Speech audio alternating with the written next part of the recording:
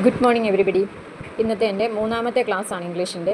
അപ്പോഴിന്ന് വളരെ സിമ്പിളായിട്ടുള്ള ഒരു കാര്യമാണ്. പക്ഷേ നമുക്ക് ഇതറിയാമെങ്കിൽ നമുക്ക് ഇംഗ്ലീഷ് വളരെ എളുപ്പം കൈകാര്യം ചെയ്യാനായിട്ട് സാധിക്കുന്നതാണ്. സബ്ജക്റ്റ് ആൻഡ് പ്രെഡിക്കേറ്റ് എന്ന് പറയുന്ന ഒരു ഭാഗമാണ്. ഫസ്റ്റ് എടുത്തിരുന്ന ആൽഫബറ്റിക്കൽ ഓർഡർ, അതായത് ഇന്നലെ സെക്കൻഡ് ക്ലാസ് സെൻറ്റൻസ് മേക്കിംഗ് ആയിരുന്നു. അതൊക്കെ കണ്ട് ഇഷ്ടപ്പെടുവാണെങ്കിൽ എൻ്റെ ചാനലൊന്ന് സബ്സ്ക്രൈബും ലൈക്കും ചെയ്യണം. അപ്പോൾ നമുക്ക് സബ്ജക്റ്റ് ആൻഡ് പ്രെഡിക്കേറ്റ് എന്താണെന്ന് നോക്കാം. ആദ്യം തന്നെ സബ്ജക്റ്റിൻ്റെ ഡെഫിനിഷൻ നമുക്കൊന്ന് നോക്കാം. ഇത് subject is the part that tell us who or what the sentence is about. എന്തെങ്കിലും മനസ്സിലായോ? ഒരു സെൻറ്റൻസിൽ ആരെപ്പറ്റി പറയുന്നോ അല്ലെ എന്തിനെപ്പറ്റി പറയുന്നുവോ അതാണ് എന്തെന്ന് പറയുന്നത്, സബ്ജക്റ്റ് എന്ന് പറയുന്നത്. അതുപോലെ തന്നെ പ്രെഡിക്കേറ്റ് എന്ന് പറഞ്ഞാൽ എന്താണ്? The predicate is the part that tell us what the subject does or is. അതായത് സബ്ജക്റ്റിൽ പറയുന്ന ആൾ എന്ത് ചെയ്യുന്നുവോ അതിനെയാണ് നമ്മൾ പ്രെഡിക്കേറ്റ് എന്ന് പറയുന്നത്. അപ്പോൾ നമുക്കിവിടെ ഫസ്റ്റ് സബ്ജക്റ്റും പ്രെഡിക്കേറ്റും കണ്ടുപിടിക്കാൻ നിങ്ങൾക്ക് ഒരു എക്സാമ്പിൾ തന്നിട്ടുണ്ട്. ഇവിടെ ഈ sentence, read these sentences, identify what the sentence are about and write them in the blanks one has done for you. എന്തിനെക്കുറിച്ചാണ് പറയുന്നത്, അവിടെ എന്താണ് സംഭവിക്കുന്നത് അതാണ് എഴുതാൻ പറഞ്ഞേക്കുന്നത്. ഇത് car is yellow in colour. അവിടെ യെല്ലോ ഇൻ കളർ എന്ന് പറഞ്ഞേക്കുന്നത് ആരെക്കുറിച്ചാണ്? കാറിനെ കുറിച്ചാണ്. അപ്പോൾ ഇത് car is yellow in colour. അവിടെ ഇത് കാർ എന്നുള്ളതാണ് നമുക്ക് സബ്ജക്റ്റായിട്ട് വരുന്നത്. നെക്സ്റ്റ് ഇത് dog barked at the stranger. എന്താണ് അവിടെ സബ്ജക്റ്റായിട്ട് വരുന്നത്? ഫസ്റ്റ് ആണ് ദ ഡോഗ് ആണ്. അതിനുശേഷം ഇത് cat like the saucer clean. The cat എന്നുള്ളതാണ് സബ്ജക്റ്റായിട്ട് വരുന്നത്. ഇത് doctor gave me an injection.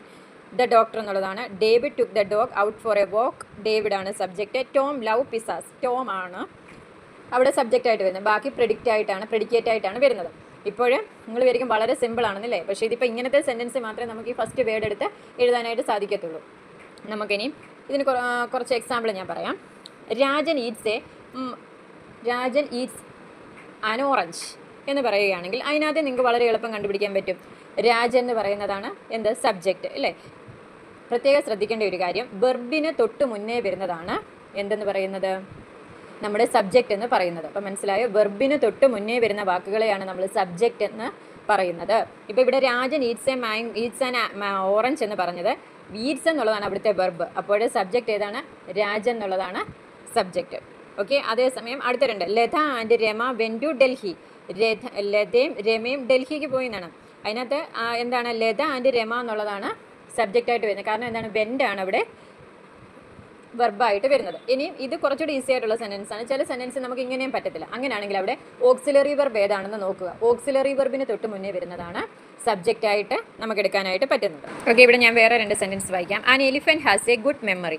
ഇവിടെ സബ്ജക്റ്റും പ്രെഡിക്കേറ്റും കണ്ടുപിടിക്കാൻ പറഞ്ഞു കഴിഞ്ഞാൽ നിങ്ങൾ ഇവിടുത്തെ വെർബ് നോക്കുക. വെർബ് പെട്ടെന്ന് ഐഡൻറ്റിഫൈ ചെയ്യാൻ സാധിക്കുന്നില്ലെങ്കിൽ ഓക്സിലറി വെർബ് ഏതാണെന്ന് നോക്കുക. ഇവിടെ ഏതാണ് ഓക്സിലറി വെർബ്? ഹാസ് ആണ് ഓക്സിലറി വെർബ് എന്ന് പറയുന്നത്. അപ്പോൾ അതിന് മുന്നേയുള്ള ആൻ എലിഫൻറ്റ് എന്നുള്ളതാണ് എന്തായിട്ട് വരുന്നത്, സബ്ജക്റ്റായിട്ട് വരുന്നത്. ഓക്കെ, മനസ്സിലായല്ലോ? Second one. അപ്പോൾ ഈ ബാക്കി എന്താണ്, ഗുഡ് മെമ്മറി എന്നുള്ളതാണ് പ്രെഡിക്കേറ്റ്. ഇത് baby is crying a lot. ഇവിടെ നിങ്ങൾക്കറിയാം ക്രൈയിങ് എന്നുള്ളത് നോക്കുന്നതിനേക്കാൾ നമുക്ക് എളുപ്പം എന്താണ്, ഓക്സിലറി വെർബ് ഉണ്ട്, ഈസ് എന്നുള്ളത്. അപ്പോൾ അതിന് തൊട്ട് മുമ്പേ ഉള്ള ഇത് ബേബി എന്നുള്ളതാണ് ഇവിടുത്തെ സബ്ജക്റ്റായിട്ട് വരുന്നത്. ഓക്സിലറി വെർബ് ഏതൊക്കെയാണെന്ന് അറിയാമോ?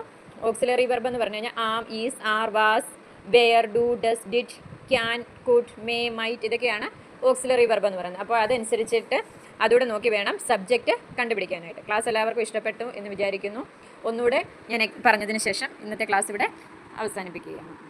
സബ്ജക്റ്റ് എന്ന് പറഞ്ഞു കഴിഞ്ഞാൽ ഒരു സെൻറ്റൻസിൽ ആരെപ്പറ്റി പറയുന്നോ എന്തിനെപ്പറ്റി പറയുന്നുവോ അതിനെയാണ് സബ്ജക്റ്റ് എന്ന് പറയുന്നത്. ഇപ്പോഴേ നമുക്ക് ഒരു അസർട്ടീവ് സെൻറ്റൻസ് ആണെങ്കിൽ അതിന് ഫസ്റ്റ് പൊസിഷനിൽ വരുന്ന വേർഡിനെ നമുക്ക് എന്തായിട്ട് എടുക്കാൻ പറ്റും, സബ്ജക്റ്റായിട്ട് എടുക്കാൻ പറ്റും. അതാണ് ഇത് car is yellow in colour. അതൊരു അസർട്ടീവ് സെൻറ്റൻസ് ആണ്. അവിടെ ഇത് കാർ എന്നുള്ളത് നമുക്ക് എടുക്കാനായിട്ട് സാധിക്കും. എന്നാൽ അസർട്ടീവ് സെൻറ്റൻസ് അല്ല, നമുക്ക് ഇങ്ങനെ എടുക്കാൻ പറ്റിയില്ലെങ്കിൽ ആ സെൻറ്റൻസിലുള്ള വെർബ് കണ്ടുപിടിച്ചതിന് ശേഷം അതിന് തൊട്ട് മുന്നേ വരുന്ന വേർഡ് ആയിരിക്കും സബ്ജക്റ്റായിട്ട് വരുന്നത്. അതും സാധിച്ചില്ലെങ്കിൽ ആ സെൻറ്റൻസിൽ ഓക്സിലറി വെർബ് ഉണ്ടോ നോക്കുക. അതിന് തൊട്ട് മുന്നേ വരുന്നതായിരിക്കും എന്തായിട്ട് വരുന്നത്, സബ്ജക്റ്റായിട്ട് വരുന്നത്. അതിന് ശേഷം വരുന്ന വാക്കായിരിക്കും പ്രെഡിക്കേറ്റ് ആയിട്ട് യൂസ് ചെയ്യേണ്ടത്. Okay, thank